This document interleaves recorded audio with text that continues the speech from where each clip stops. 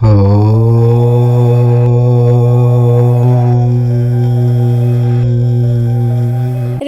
షట్తిల ఏకాదశి.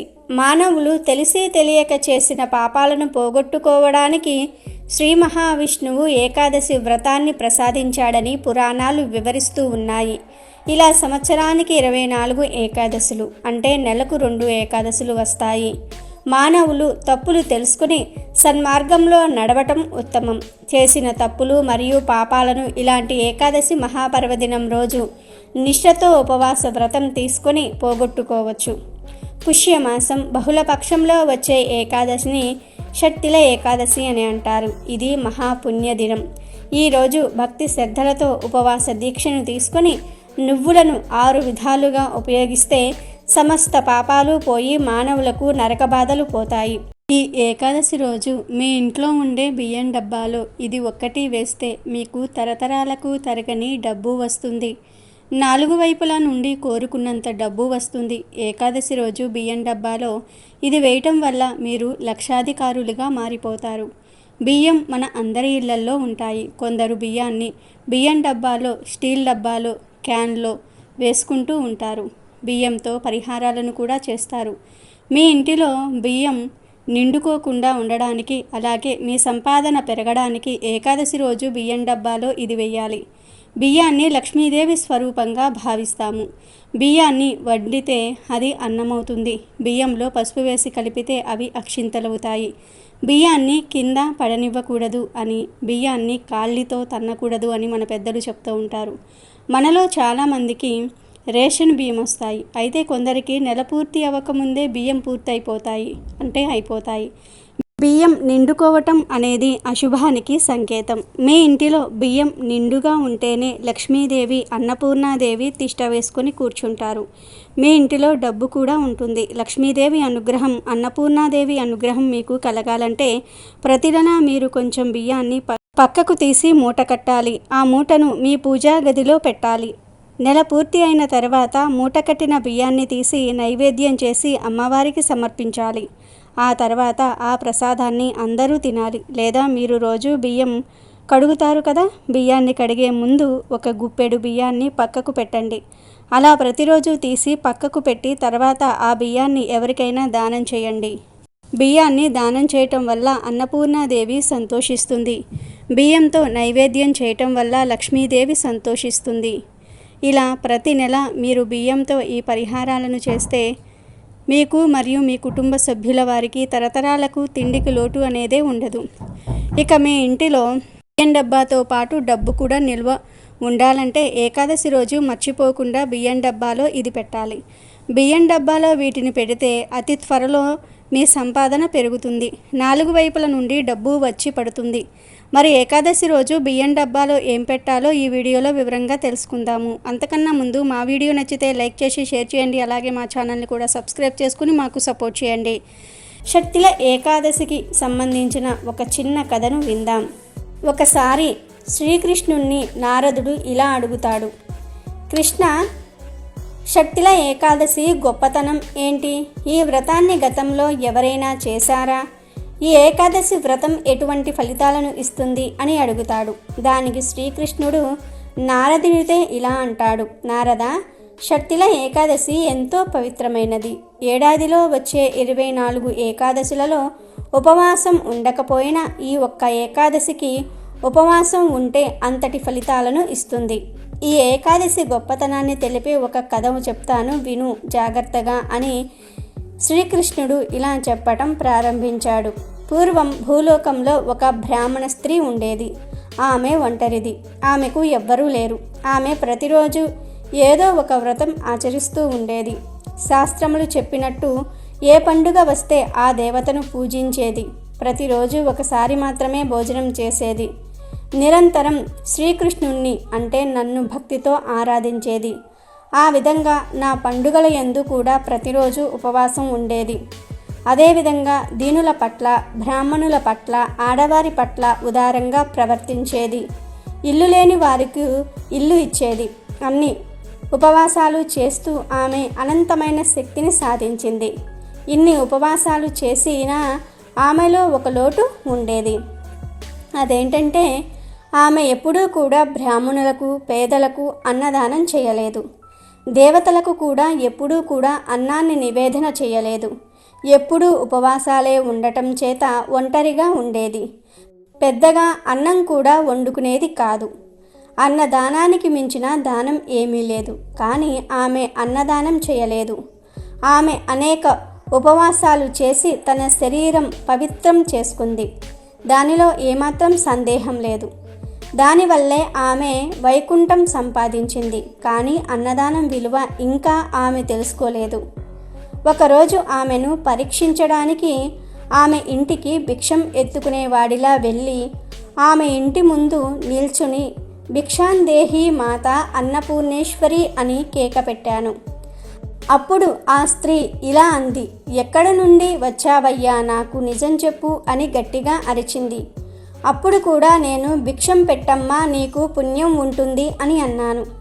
ఆ మాటకు ఆమె కోపం తెచ్చుకొని నా భిక్ష పాత్రలోకి మట్టి మొత్తం విసిరేసింది. నేను తిరిగి వెళ్ళిపోయాను. ఈ విధంగా ఆమె ఉపవాస వ్రతం ఆచరించటం వల్ల చాలా కాలం ఆరోగ్యంగా జీవించింది. చివరికి స్వర్గవాసం కలిగింది. భిక్షగాడిగా వెళ్ళిన నాకు మట్టిని దానం చేసింది కాబట్టి స్వర్గంలో ఆమెకు ఒక మట్టి ఇల్లు లభించింది. కానీ ఆ మట్టి ఇంట్లో ధనం, ధాన్యం ఏమీ లేవు. ఖాళీగా ఉంది. ఆమె ఆ శూన్యమైన ఇంట్లోకి ప్రవేశించింది. ఇంటిలో అన్ని మూలలా కూడా చూసింది. ఏమీ కనిపించలేదు. దాంతో ఆమె కోపంతో నన్ను సమీపించింది. ఆమె నన్ను పూజించింది కాబట్టి నేను ఎక్కడ ఉన్నానో ఆమెకు తెలిసింది.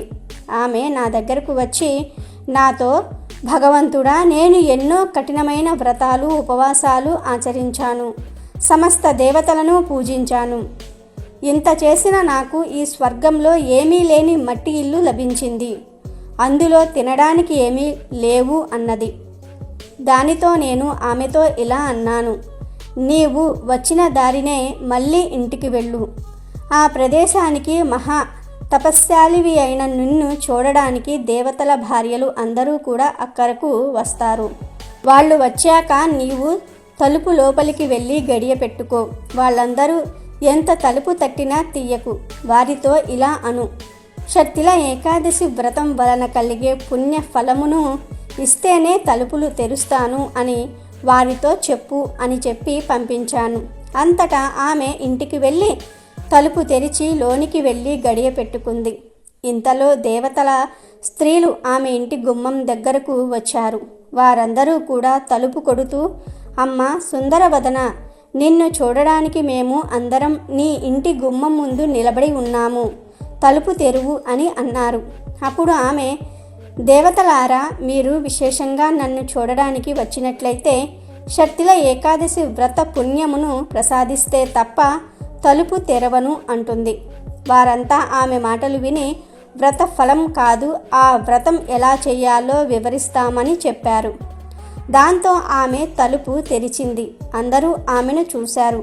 ఇచ్చిన మాట ప్రకారం వ్రతాన్ని ఉపదేశించారు. ఆమె వారు చెప్పిన విధంగా భక్తి శ్రద్ధలతో ఆ వ్రతాన్ని ఆచరించింది.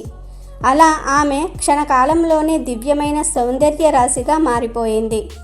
ఆమె ఇంటి నిండా కూడా ధనధాన్యములు సమృద్ధిగా వచ్చాయి. ఎక్కడ చూసినా వస్త్రములు, ఆభరణములు, వెండి, బంగారములే కనిపించాయి. షట్టిల ఏకాదశి వ్రత ప్రభావం వలన మట్టి ఇల్లు అష్టైశ్వర్యాలతో తొలతూగుతూ దివ్యమైన భవనంలా మారిపోయిందని నారదుడికి శ్రీకృష్ణుడు వివరించాడు. కాబట్టి నారద, షట్టిల ఏకాదశి రోజు ఏకాదశి వ్రతాన్ని ఆచరిస్తే అన్నదాన ఫలితంతో పాటు సమస్త పుణ్యం చేకూరుతుందని శ్రీకృష్ణుడు చెప్పాడు. ఇక వీడియోలోకి వెళ్తే, షట్టిల ఏకాదశి రోజు నువ్వులను 6 విధాలుగా ఉపయోగించుకోవాలి. మొదటగా నువ్వులను స్నానం చేసే నీటిలో కలిపి స్నానం చేయాలి. ఈ విధంగా స్నానం చేసేటప్పుడు నువ్వులను దంచి ఉండగా చేసి ఆ ఉండను అంటే పొడిని ఒంటికి రాసుకుని స్నానం చేయాలి. ఇది 2వ పని. ఇక 3వది ఏమిటంటే, ఈరోజు 6 నువ్వుల గింజలను మహాప్రసాదంగా తినాలి. ఇక 4వది, ఈరోజు త్రాగే నీటిలో కొద్దిగా నువ్వులు కలిపి దాహం వేసినప్పుడల్లా కూడా త్రాగాలి. ఇక 5వది, దానం స్వీకరించే బ్రాహ్మణులకు నువ్వులను దానం ఇవ్వాలి. నువ్వుల దానాన్ని అందరూ స్వీకరించరు, కొందరే స్వీకరిస్తారు. స్వీకరించే వారిని కనుక్కుని వారికి నువ్వులు దానం ఇవ్వాలి. ఇక 6వది, పితృదేవతలకు నువ్వులను వినియోగించి తర్పణం వదలాలి. వీటినే తిలోదకములు అంటారు. ఈ తిలోదకములు పితృదేవతలను సంతృప్తి పరుస్తాయి. ఇలా చేస్తే పితృదేవతలు సంతోషించి మీ ఇంట్లో శుభాలు సంతోషాలు కలిగేలాగా అనుగ్రహిస్తారు. ఇలా ఈరోజు 6 విధాలుగా నువ్వులను ఉపయోగించడాన్ని షట్తిల అంటారు. ఈరోజు ఎవరైతే ఇలా చేస్తారో వారి యొక్క సకల పాపాలు పోతాయని పురాణాలు వివరిస్తూ ఉన్నాయి. కాబట్టి ఎంతో పవిత్రమైన ఈ షట్టిల ఏకాదశి రోజు భక్తి శ్రద్ధలతో శ్రీ మహావిష్ణువుకు దగ్గరగా ఉండి పూజిస్తే పాపాలన్నీ పోయి సకల ఐశ్వర్యాలు పొందుతారు. ఈ షట్టిల ఏకాదశి రోజు త్రాగే నీటిలో తప్పక నువ్వులను కలుపుకొని త్రాగండి. చక్కటి ఐశ్వర్యం సంపదలు లభిస్తాయి.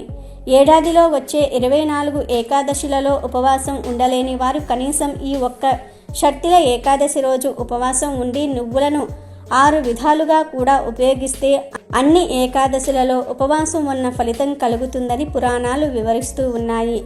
అదేవిధంగా ఈరోజు భక్తి శ్రద్ధలతో ఓం నమో నారాయణాయ నమః అనే మంత్రాన్ని 108 సార్లు జపిస్తే సకల పాపాలు పోయి వైకుంఠ ప్రాప్తి కలుగుతుంది. కనుక ప్రతి ఒక్కరూ కూడా ఈ షట్టిల ఏకాదశి రోజు ఈ చిన్న చిన్న పనులను చేసి పాపాలను తొలగించుకోండి, సంతోషంగా జీవించండి. ఈ ఏకాదశి వ్రతం ఆచరించడం వల్ల దీర్ఘకాలిక రోగాల నుంచి ఉపశమనం కలుగుతుంది. చర్మ రోగాల నుంచి విముక్తి లభిస్తుంది. ఏకాదశి రోజు బ్రహ్మ ముహూర్తంలో నిద్రలేచి స్నానమాచరించాలి. పూజ గదిని శుభ్రం చేసుకుని విష్ణుమూర్తి విగ్రహాన్ని ఏర్పాటు చేసుకోవాలి. గంగాజలంతో అభిషేకించాలి. తులసి ఆకులతో స్వామిని పూజించడం వల్ల విష్ణుమూర్తి ఆశీస్సులు త్వరగా లభిస్తాయి. విష్ణు సహస్రనామము స్తోత్రాలు చదవండి. విష్ణువుకు హారతి సమర్పించి రావి వృక్షాన్ని పూజించండి. ఉపవాసంతో పాటు పూజ తర్వాత వ్రత కథను చదవటం గుర్తుంచుకోండి. పూజ చేసిన తర్వాత ఒక ఎరుపు రంగు వస్త్రం తీసుకొని దానిని పూజించిన లక్ష్మీ నారాయణుల చిత్రపటం ముందు పెట్టాలి. ఆ వస్త్రంలో కొన్ని వక్కలను వేయండి. 5 వక్కలు వేయండి. తాంబూలంలో వాడే వక్కలు ఉంటాయి కదా, ఆ వక్కలను ఆ రెడ్ క్లాతులో వేయాలి. ఈ పరిహారానికి వక్కలు ఖచ్చితంగా ఉండాలి. అమ్మవారి పూజలలో ముఖ్యంగా ఉండే వస్తువు వక్క దేవతలను ఆకర్షించడానికి ఉపయోగపడుతుంది. వక్కను రెడ్ క్లాత్లో వేసిన తర్వాత రూపాయి కాయిన్స్ని 5 వేయండి. 5 వక్కలు 5 రూపాయి కాయిన్స్ను వేయాలి. ఇప్పుడు అందులో బెల్లం పెట్టండి. బెల్లాన్ని ఈ పరిహారంలో వాడటం వల్ల మీకు చాలా రకాల ప్రయోజనాలు కలుగుతాయి. బెల్లం డబ్బును ఆకర్షిస్తుంది. చిన్న బెల్లం ముక్కను ఈ పరిహారంలో పెట్టడం వల్ల మీకు ఇక డబ్బుకు కొరత అనేదే ఉండదు. బెల్లం మీ ఆరోగ్య పరిస్థితిని మెరుగుపరచడానికి ఉపయోగపడుతుంది.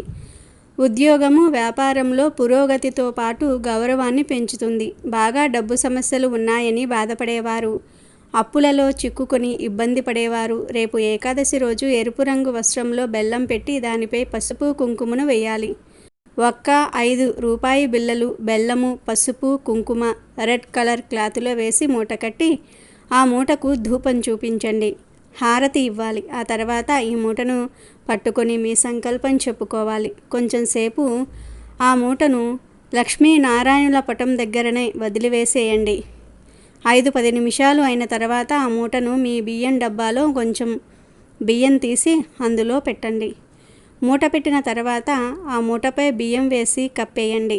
ఇలా ఏకాదశి రోజు బియ్యం డబ్బాలో వీటిని పెట్టడం వల్ల మీ సంపాదన విపరీతంగా పెరుగుతుంది. తరతరాలకు తరగని డబ్బు వస్తుంది. 4 వైపుల నుండి విపరీతంగా డబ్బు వచ్చి పడుతుంది. వీటిని ఎన్ని రోజులైనా సరే బియ్యం డబ్బాలో ఉంచుకోవచ్చు. ఎప్పుడైతే మీ ఇంట్లో బియ్యం నిండుకుంటాయో అప్పుడు ఆ మూటను అలాగే బియ్యం డబ్బాలో ఉంచి కొత్త బియ్యాన్ని అందులో వేయండి. ఇలా 3 లేదా 5 సార్లు వేసిన తర్వాత ఆ మూటను తీసి విప్పి అందులో ఉన్న కాయిన్స్ను పక్కకు పెట్టుకోవాలి. ఆ తర్వాత మీకు దగ్గరలో రావి చెట్టు కానీ వేప చెట్టు కానీ ఉంటే ఆ చెట్టు దగ్గరకు వెళ్ళి కొంచెం గొయ్యి తీసి ఆ గొయ్యిలో బెల్లము, వక్క, పసుపు, కుంకుమలు వేసి కప్పేయండి. ఈ రెడ్ క్లాత్ను పారే నీటిలో పడవేయండి. లేదంటే ఆ క్లాత్ని ఇంటికి తీసుకుని వచ్చి ఉతికి మళ్ళీ ఏకాదశి రోజున ఆ క్లాతులో వీటిని వేసి మూట కట్టండి. బియ్యం డబ్బాలో పెట్టండి. ఇలా చేయటం వల్ల మీ సంపాదన రోజురోజుకు పెరుగుతూ వస్తుంది. మీరు ఊహించనంత డబ్బును చూస్తారు. మరి ఏకాదశి రోజు ప్రతి ఒక్కరూ బియ్యం డబ్బాలో వీటిని పెట్టండి. లక్ష్మీనారాయణులకు నిష్ఠగా పూజ చేసి మీ మనసులో ఉన్న కోరికలను చెప్పుకొని ఈ మూటను బియ్యం డబ్బాలో పెట్టి శుభ ఫలితాలను పొందండి. డబ్బుకు లోటు లేకుండా ఆనందంగా జీవించండి.